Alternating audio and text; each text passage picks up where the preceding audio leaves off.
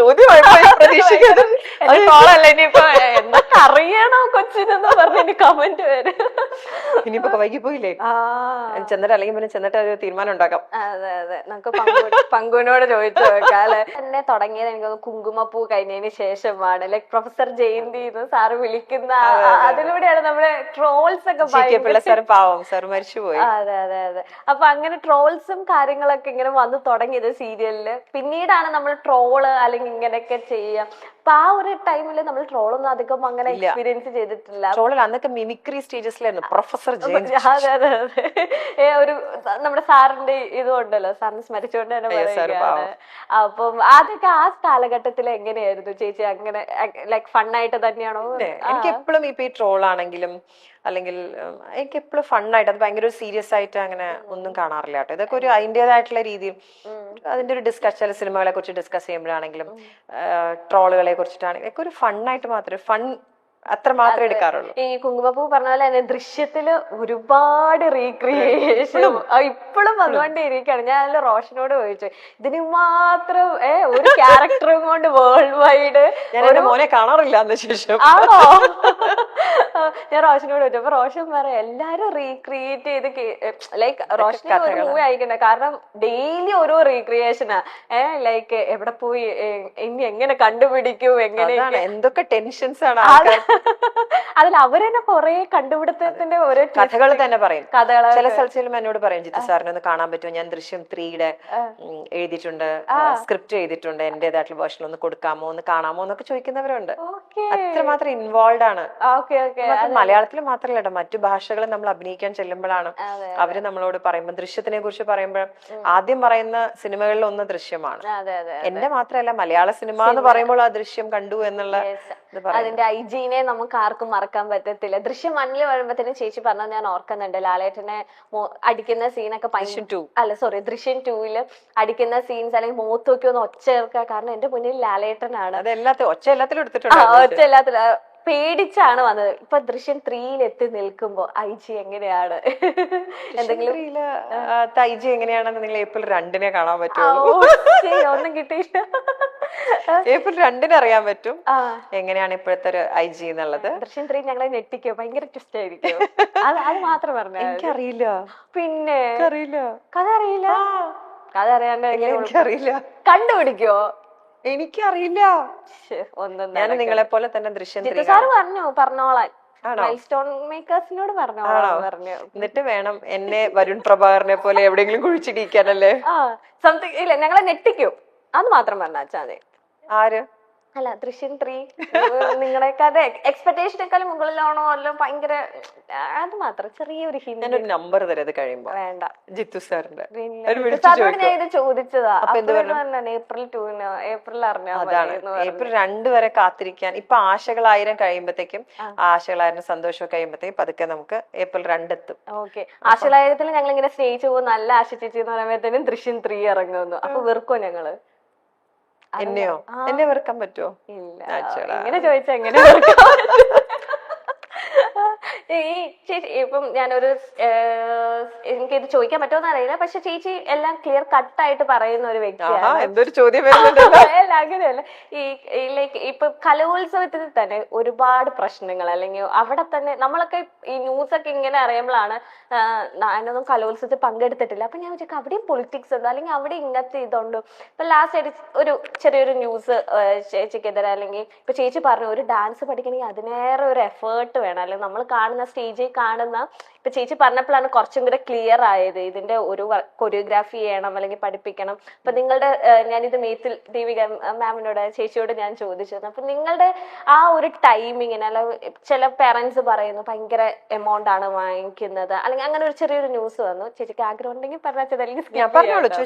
അപ്പം അങ്ങനെയൊക്കെ വരുമ്പോൾ ആസ് എ ഒരു ആർട്ടിസ്റ്റ്, അല്ലെങ്കിൽ ജീവൻ മൊത്തം വായു അല്ലെങ്കിൽ ജീവവായു ആയിട്ട് ചേച്ചി കരുതുന്ന ഒരു നൃത്തമാണ്. അപ്പൊ അതിനെ അങ്ങനെയൊക്കെ ന്യൂസ് അല്ലെങ്കിൽ അങ്ങനെയൊക്കെ കേൾക്കുമ്പോൾ ചേച്ചിക്ക് എന്താ തോന്നുന്നത്? ഇപ്പൊ ഈ കോമ്പറ്റീഷൻ എന്ന് പറയുമ്പോൾ ഞങ്ങളുടെ കാലത്ത് ആണ് ഇപ്പോഴത്തെ കാലത്തിനേക്കാളും ആൾക്കാർ കോമ്പറ്റീഷന് വേണ്ടി പൈസ സ്പെൻഡ് ചെയ്തിരുന്നത് ഞങ്ങളുടെയൊക്കെ ചെറുപ്പകാലത്ത്. ഓക്കെ ആ കാലത്ത് ലൈവ് ഓർക്കസ്ട്രയാണ്.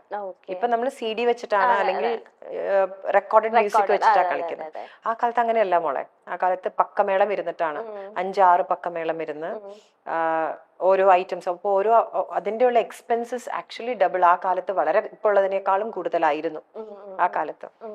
അപ്പൊ ഇതൊരു കോമ്പറ്റീഷൻ എന്ന് പറയുമ്പോൾ ഇത്ര അധികം സ്പെൻഡ് ചെയ്യേണ്ട ആവശ്യമുണ്ടോ അല്ലെങ്കിൽ സ്പെൻഡ് ചെയ്യുന്നുണ്ടോ? ഇതൊരു ഇൻഡിവിജ്വൽ പെർസ്പെക്റ്റീവ് ആണ് കേട്ടോ. അത് ഓരോരുത്തരുടെ ഇൻഡിവിജ്വൽ ആണ്. അപ്പൊ നൃത്തം പഠിക്കുന്നവർ മത്സരിച്ചോളണമെന്ന് ഒരു നിർബന്ധവും. ഇപ്പൊ ഇവിടെ ഈ കളരിയില് മോളിപ്പോ ഇവിടെ ഇരിക്കുന്ന ഈ സ്ഥലത്ത് ഒരുപാട് കുട്ടികളെ പഠിപ്പിക്കുന്നുണ്ട്. ഇവിടെ ആക്ച്വലി പറഞ്ഞ പനങ്ങാട് എന്ന് പറയുന്ന സ്ഥലത്താണ് ഞാൻ താമസിക്കുന്നത്. എറണാകുളത്ത് താമസിക്കുന്നത്. പെരുമ്പാവൂരും ഉണ്ട് ക്ലാസ്. ഇവിടെയാണ് അമ്മയുള്ളത്, എന്റെ ഗുരു അമ്മ കലാമണ്ഡലം സുമതി അമ്മ. അപ്പൊ അമ്മ കൂടുതൽ ഇവിടെയാണ്. പെരുമ്പാവൂരും കുറച്ച് പോവും, ഇവിടെയാണ് കൂടുതലുള്ളത്. അപ്പൊ അമ്മ ഇവിടെ ഉള്ളപ്പം ഇവിടുത്തെ നാട്ടിലെ ഒരുപാട് സാധാരണക്കാര് താമസിക്കുന്ന സ്ഥലമായത്. ഒരുപാട് സാധാരണക്കാര് കുടുംബശ്രീയിലെ കുട്ടികൾ പഠിക്കുന്നുണ്ട് ഇവിടെ. ഓട്ടോറിക്ഷ ഓടിക്കുന്ന ചേട്ടന്മാരുടെ മക്കൾ പഠിക്കുന്നുണ്ട് ഇവിടെ. അപ്പൊ ഇവർക്ക് എല്ലാവർക്കും അഫോർഡ് ചെയ്യാൻ പറ്റുന്ന രീതിയിലുള്ള ഒരു ഫീസ് വെച്ചിട്ടാണ് ഇവിടുത്തെ ക്ലാസ്. ഇവിടുത്തെ ക്ലാസ് അങ്ങനെയാണ്. അപ്പൊ ഒരു മാസത്തിന് വളരെ കുറച്ച് ഫീസ് മാത്രം മേടിച്ചിട്ട് നടത്തുന്ന ഒരു സ്ഥാപനമാണ്. അപ്പൊ അത് ഞാൻ ഉദ്ദേശിക്കുന്നത് സാധാരണക്കാർക്ക് അത് പഠിക്കണം, നൃത്തം പഠിക്കാൻ. ഒരുപാട് പേര് ജോലി ചെയ്യുന്നവർ പഠിക്കുന്നുണ്ട്, വീട്ടുജോലി ചെയ്യുന്ന ചേച്ചിമാര് പഠിക്കുന്നുണ്ട് ഇവിടെ. അവർക്ക് ഇപ്പൊ ഒരു മാസം ഇത്ര രൂപ കൊടുത്ത് പഠിച്ചാൽ, അല്ലെങ്കിൽ ഒരു പ്രോഗ്രാം ചെയ്യണമെങ്കിൽ ലക്ഷങ്ങൾ കൊടുക്കുക, അങ്ങനെയും ഇല്ല ഇവിടെ. ഇവിടെ ദക്ഷിണ കൊടുക്കണം എന്നല്ല, ദക്ഷിണ കൊടുക്കാൻ പാടില്ല എന്ന് പറയുന്ന സ്ഥലമാണ് ഇവിടെ. എന്റെ ഗുരു അങ്ങനെയാണ് അമ്മ. ഞാനും അങ്ങനെ തന്നെയാണ്. ദക്ഷിണ വെച്ചിട്ട് ഇത്ര രൂപ ദക്ഷിണ വെക്കണം അങ്ങനെയില്ല. ഇവിടെ ദക്ഷിണ വെക്കാൻ പാടില്ല എന്നാണ്. അങ്ങനെ നിങ്ങൾക്ക് നിർബന്ധമാണെങ്കിൽ 1 രൂപ വെക്കണം എന്നുള്ളതാണ്. അതിൽ കൂടുതൽ ദക്ഷിണ പോലും ഇവിടെ അക്സെപ്റ്റ് ചെയ്യാറില്ല. സോ അതൊരു ഒരുപാട് പൈസ അതിനു വേണ്ടി സ്പെൻഡ് ചെയ്ത് ചെലവാക്കി പോകണമെന്നുള്ള ഓരോ വ്യക്തിപരമായിട്ടുള്ള തീരുമാനമാണ്. അപ്പൊ ഇവിടുന്ന് അച്ഛനമ്മമാർ തീരുമാനിക്കണം അതിന്റെ ആവശ്യമുണ്ടോ, അല്ലെങ്കിൽ കുട്ടികൾക്ക് അതിനുള്ള പ്രായമായെങ്കിൽ അവരും തീരുമാനിക്കണം. അത്രേ ഉള്ളൂ. സോ ഓൾ ഇൻഡിവിജ്വൽസിനാണ്. പക്ഷെ ചിലർക്ക് അത് ഇത്ര പണം വെച്ച് പ്രോഗ്രാമിന് പോയി കോമ്പറ്റീഷന് പോകണമെങ്കിൽ ഇത്ര ചെലവുകൾ ചിലപ്പോൾ ഉണ്ടായേക്കാം. ഈ ഐറ്റംസ് മുഴുവൻ റെക്കോർഡ് ചെയ്യണം, പുതിയ ഡ്രസ്സ് തയ്പ്പിക്കണം, പുതിയ ആടയാഭരണങ്ങൾ വേണം. അപ്പൊ അത്രയും പൈസ സ്പെൻഡ് ചെയ്യാൻ പറ്റുന്നവർ അതിന് വേണമെന്നുള്ളവർ അതിന് പോയാൽ മതി. അത് ശരിയാണോ എന്ന് ചോദിച്ചാൽ അത് വ്യക്തിപരമായിട്ടുള്ള ഒരു ഡിസിഷനാണ്. As a dancer, as a teacher ഞാൻ അതിനോട് വലിയ യോജിക്കുന്ന ഒരാളല്ല. അതിന്റെ ആവശ്യമില്ല എന്ന് കോമ്പറ്റീഷന് പോകണമെങ്കിൽ of course it's good for them Hoover participating എന്നുള്ളത്. അല്ലെങ്കിൽ അത് നൃത്തം പഠിക്കുക, പെർഫോം ചെയ്യുക എന്നുള്ളതാണ് ഞാൻ ഒരു ടീച്ചർ പറയുക. അപ്പൊ വൈൻഡപ്പ് ചെയ്യുന്നതിന് മുന്നേ ഒരു ചെറിയൊരു സെഗ്മെന്റിലേക്ക് പോവുകയാണ്. അങ്ങനെയുണ്ട് ഒരു പരിപാടി. കടക്കട്ടെ. Thank you. എന്താണ് പരിപാടി? യെസ് ഓർ നോ സെഗ്മെന്റ് ആണ്. അപ്പൊ ഞാൻ കുറച്ച് ക്വസ്റ്റ്യൻസ് ചോദിക്കും. യെസ് ആണെങ്കിൽ യെസ്, നോ ആണെങ്കിൽ നോ. ഓക്കെ. കുങ്കുമപ്പൂവിന്റെ 2ാം ഭാഗം വന്നാൽ പ്രൊഫസർ ജയന്തിയാകാൻ വീണ്ടും ആഗ്രഹമുണ്ട്. വന്നാൽ വരില്ല, കാരണം ജയന്തി ടീച്ചർ മരിച്ചുപോയല്ലോ. വന്നാൽ അഭിനയിക്കും. ഓക്കെ. ക്യാമറ ഫിയറിനേക്കാൾ സ്റ്റേജ് ഫിയർ ആണ് ഇന്നും കൂടുതൽ. വെരി മച്ച് ശരിയാ. അത് ഞാനും ഇവൻ ഹോസ്റ്റ് ഒക്കെ ചെയ്യുന്നുണ്ട്. പക്ഷെ ഇപ്പോഴും സ്റ്റേജ് കേറി പിന്നെ കുഴപ്പമില്ല. സ്റ്റേജ് നമ്മൾ ഇമ്മീഡിയറ്റ് റിയാക്ഷനും അത്രയും ആൾക്കാർ ക്രൗഡിനെ നമ്മൾ കൺവിൻസ് ചെയ്യണം. പിന്നെ ഡാൻസ് എന്ന് പറയുന്നത് നമ്മൾ മാത്രം ചെയ്യുന്ന ഒരു കാര്യമാണ് സ്റ്റേജിൽ. അപ്പം കാലൊന്ന് മടങ്ങിയാൽ, കാലിലൊരു ചെറിയൊരു എന്തെങ്കിലും ഒരു ബുദ്ധിമുട്ടുണ്ടായാൽ കഴിഞ്ഞു. അപ്പൊ അതെല്ലാം എപ്പോഴും ഒരു ഫിയർ ആണ്. Nothing should happen. മര്യാദയ്ക്ക് കളിച്ചിറങ്ങണേ എന്നുള്ളൊരു ഫിയർ ചെയ്തിറങ്ങുന്ന ടൈം വരെ ആ ഒരു 2 മണിക്കൂർ ഭയങ്കര ഒരു ഉള്ളിന്റെ ഉള്ളിൽ എവിടെയോ ഒരു ടെൻഷൻ ഉണ്ട്. തുടങ്ങിയാ പിന്നെ നമ്മൾ അറിയില്ല, പക്ഷെ അത് എപ്പോഴും നമ്മുടെ ഒരു മനസ്സിന്റെ ഉള്ളിലുണ്ടാവും. ഓക്കെ. സോഷ്യൽ മീഡിയയിൽ വരുന്ന റൂമേഴ്സ് കേട്ട് ചിരി വരാറുണ്ട്. ചിരി വരാറെന്ന് വെച്ചാൽ ന്യൂട്രൽ ആണ്. അങ്ങനെ ചിരിക്കേണ്ട കാര്യമാണെങ്കിൽ ചിരിക്കും, അല്ലെങ്കിൽ എന്തൊക്കെയാ പറയുന്നതെന്ന് ആലോചിക്കും മാത്രമേ ഉള്ളൂ. പിന്നെ ഞാൻ ഭയങ്കര ഒരു സോഷ്യൽ മീഡിയ പേഴ്സൺ അല്ല. ഇപ്പൊ ഖെദ്ദ തന്നെ OTT വന്ന് കുറച്ചു ദിവസം കഴിഞ്ഞിട്ടാണ് ഞാൻ വന്നു എന്ന് അറിഞ്ഞത്. എനിക്ക് അറിയണ്ടായിരുന്നില്ല ഖെദ്ദ ഇറങ്ങുന്നു എന്നുള്ളത്. പിന്നെ എന്നെ മനോരമയെന്ന് വിളിക്കുമ്പോഴാണ്, മനോരമയിൽ ഇങ്ങനെ OTT മനോരമ മാക്സിൽ നമ്പർ 1 ആണെന്ന് പറയുമ്പോഴാണ് ഞാൻ ഖെദ്ദ വന്നു എന്ന് അറിഞ്ഞത്. അപ്പൊ ഇതിനെ കുറിച്ചുള്ള ഡിസ്കഷനോ ബാക്കിയുള്ളതോ എന്നും ഞാൻ അറിഞ്ഞിട്ടില്ല.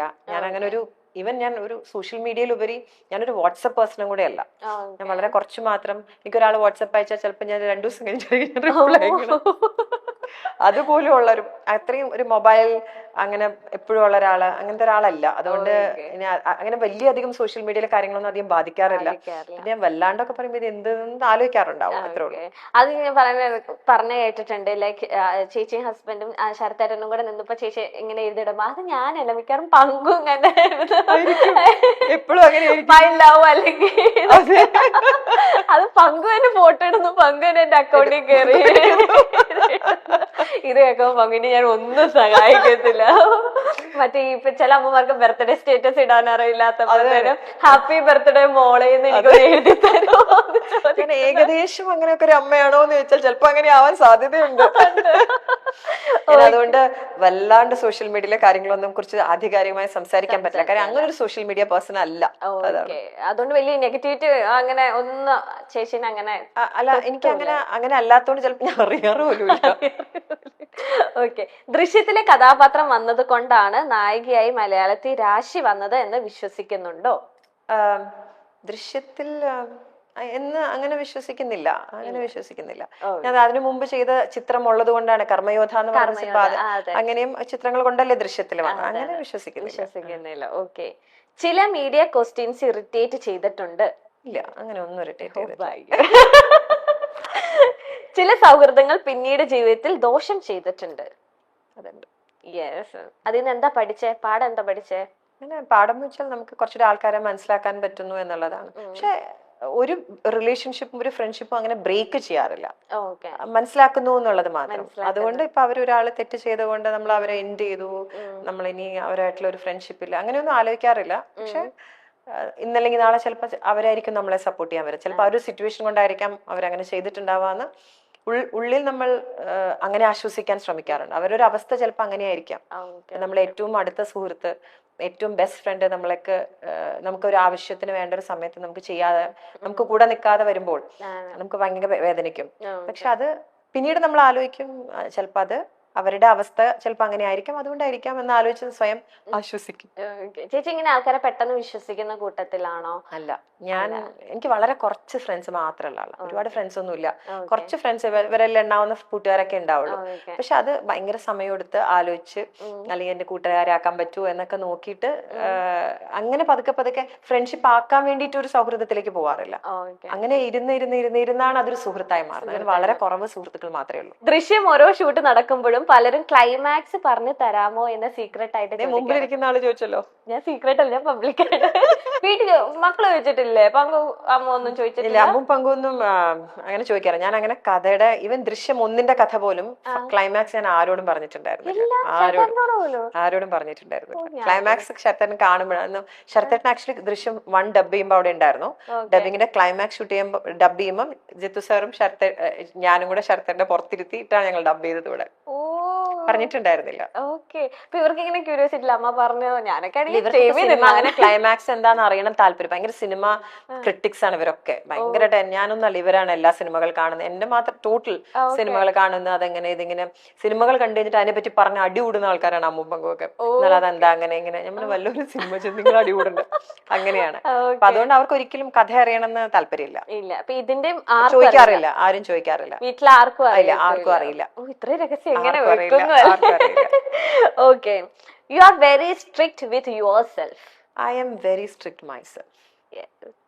Very strict myself എന്ന് വെച്ചാൽ അങ്ങനെ ഡിസിപ്ലിൻഡ് ഡിസിപ്ലിൻഡ് ഒന്നല്ല. പക്ഷെ ഞാൻ എന്റെ കാര്യത്തിൽ എനിക്ക് അതങ്ങനെ വേണം ഇതിങ്ങനെ വേണം എന്നല്ല. എന്റെ കാര്യത്തിൽ കുറച്ചൊരു കാര്യങ്ങളൊക്കെ ചെയ്ത് തീർക്കണം, അല്ലെങ്കിൽ ഇന്ന കാര്യങ്ങൾ ചെയ്യണം എന്നൊക്കെ ആഗ്രഹമുള്ള ഒരാളാണ്. Okay okay. വാർഡ്രോബിൽ നിന്ന് ഏറ്റവും കൂടുതൽ കളക്ഷൻ ഉള്ള കോസ്റ്റ്യൂം സാരി തന്നെയാണ്. അതെ. യെസ്. വെറൈറ്റി സാരി പ്രാന്താണെന്ന് അമ്മ ചോദിക്കും. നിനക്ക് ആരെങ്കിലും സാരിയിൽ കൈവശം തന്നിട്ടുണ്ടോ ആശയം? സാരി മേടിക്കുകയും ചെയ്യും, ഒരു ആവശ്യമില്ലാതെ സാരി മേടിക്കുകയും ചെയ്യും. ഈ ചേച്ചിക്ക് നല്ല പെർഫെക്റ്റ് ആയിട്ടൊക്കെ ഇങ്ങനെ ഉടുക്കാൻ അറിയാം. സാരി ഉടുക്കാൻ അറിയാം. കുങ്കുമപ്പൂല് മുഴുവൻ സാരി ഞാൻ തന്നെയല്ലേ എടുത്തത്. 100-800 സാരി ഉടുത്തിട്ടുണ്ട് കുങ്കുമപ്പൂല്. ഇപ്പൊ വാർഡ്രോബിലൊക്കെ അല്ലേ. ലാസ്റ്റ് ഞങ്ങൾ ഒരു ദിവസം ഹോം ടൂർ ഒക്കെ ചോദിക്കണം എന്നൊക്കെ ആഗ്രഹമുണ്ട്. ഒരു ദിവസം ഞങ്ങൾക്ക് ഹോം ടൂർ തന്നെ. തീർച്ചയായിട്ടും. കണ്ടോ? തീർച്ചയായും റെക്കോർഡാണ്. അപ്പൊ ആശിച്ചു നമുക്ക് ഹോം ടൂർ അദ്ദേഹത്തിന് സന്തോഷമായി വിളിച്ചിട്ട് ആശിച്ചി മൈൽസ്റ്റോൺ മേക്കേഴ്സ് ആണ്. അല്ല അങ്ങനെ വിളിക്കും, ആശിച്ചി മൈൽസ്റ്റോൺ മേക്കേഴ്സ് എന്നാണ്, കുറച്ച് കാര്യങ്ങൾ സംസാരിക്കാനുണ്ട്. അപ്പൊ ഞാൻ പറയും മോനെ ഞാൻ ഇവിടെ അല്ല ദുബായിലാണ്. ചേച്ചി ഇപ്പൊ നാട്ടിലാണല്ലോ. അപ്പൊ ചോദിക്കും, അപ്പൊ ഞാൻ പറയും ഞാൻ നാട്ടിലാണ്, പക്ഷെ ഞാൻ പ്രോഗ്രാമിന് വന്നാണ്, നാളെ കഴിയുമ്പോ തിരിച്ചു പോകും. പിന്നെ ചിലപ്പോ വിളിക്കുമ്പോ ഷൂട്ടിലായിരിക്കും വിളിക്കും. പറയും ഞങ്ങൾ ആവശ്യമില്ലാത്തത് ഒന്നും ചോദിക്കില്ല. അപ്പൊ ഞാൻ ചോദിക്കും അല്ലെങ്കിൽ ആവശ്യമില്ലാത്ത ചോദിക്കാൻ പ്ലാൻ ഉണ്ടായിരുന്നോ എന്ന് ചോദിക്കും. അല്ല ആവശ്യമില്ലാത്ത ഒന്നും ചോദിക്കില്ല, ഞങ്ങളൊന്ന് വന്നോട്ടെ. ഞാൻ പറഞ്ഞു വരൂ, പക്ഷെ ഞാൻ ഇവിടെ ഉള്ള സമയത്ത് വരാം എന്ന് പറയും. അങ്ങനെ സംഭവിച്ചത് ഇന്നാണ്. ഓക്കെ, ഇനി ഒരു ദിവസം ഞങ്ങൾക്ക് ഹോം ടൂറും കൂടെ തരണം. അപ്പൊ നമുക്ക് ഭയങ്കര സന്തോഷം. നിങ്ങളെ സന്തോഷിപ്പിച്ചു കളയാം.